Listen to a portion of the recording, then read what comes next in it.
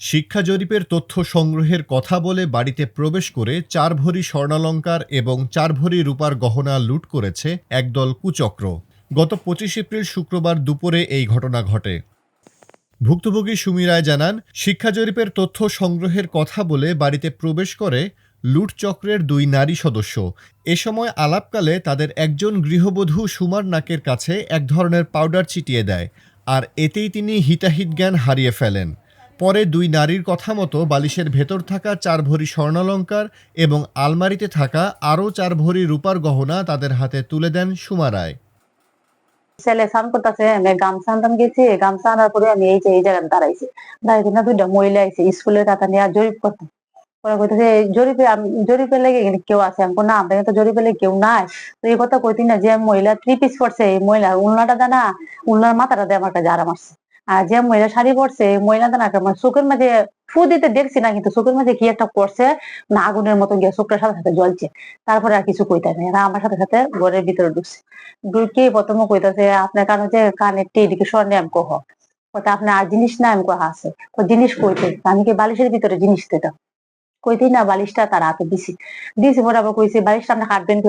আমার আমরা যে কাটার জিনিস আছে পরে না পাঁচ ব্যাগ থেকে চুরি খুলছে, চুরি খুলে চুরি দিয়ে টান দেয়া এটা কাটছে।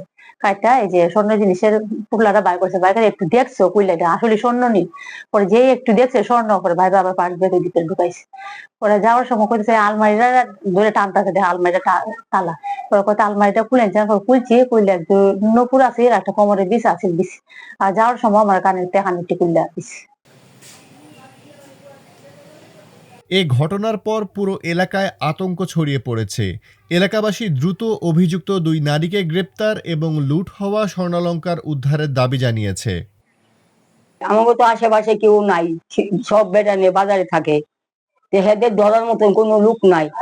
অনেকে হারা কেউ সংবাদ দিলে থানার থেকে এরকম আইসে একটু খোঁজ খবর নিব না, নিয়ে একটু ধরার চেষ্টা করব। আজকে আমার একানি আছে, একানি নিলে আমারই শেষ। হ্যাঁ নিয়ে কোনো ক্ষমতা নাই, বাজারে একটু গন নাই, বন্ধে একটু জমিন নাই, বেটা 10,000 12,000 টাকা বেতন দিয়ে চাকরি করছে, চাকরিও গেছে গা, এটা গামছার দোকান নিয়ে বসছে। এই ঘটনা হইলো স্বামী বাড়িতে না ঢাকায় আইসা সে কি করবো, সে অত ফিট হয়ে যাবো। আমরা মনে করেন যে আতঙ্কের মধ্যে আছি, ঠিক আছে? এখন পুলিশ প্রশাসন যারা আছে মনে করুন যে আমাদেরকে উদ্ধার করার মতো ব্যবস্থা করুক। এরকম গ্রামে ঘটাতে গ্রামের মানুষ খুবই আতঙ্কিত আছে। তা আমরা চাই প্রশাসনের কাছে এগুলো দ্রুত উদ্ধার করে আইনি ব্যবস্থা গ্রহণ করার জন্য। মোহনগঞ্জ থানার ভারপ্রাপ্ত কর্মকর্তা জানান, অভিযুক্তদের গ্রেপ্তারের চেষ্টা করছে পুলিশ। এই বিষয়টা একটা লিখিত অভিযোগ দিয়েছে ভুক্তভোগী, কারণ আপনি এটার বিষয়ে মানে কতদূর অগ্রগতি এটা একটু এটা তো অভিযোগটা আমি এখন পাই নাই। অভিযোগ আমি দিতে বলছি, আজকে সকালে তারা গেছিল, গতকালকে গেছে, আজকে সকালে আমি পাঠাইছি রবিউলকে। হ্যাঁ, আজকে বলে আসছে অভিযোগ দেওয়ার জন্য। অভিযোগ পাওয়া মাত্র আমি মামলা নিয়ে আমি আসামি গ্রেপ্তার এবং মালামাল উদ্ধারের চেষ্টা অব্যাহত রাখবো ইনশাআল্লাহ।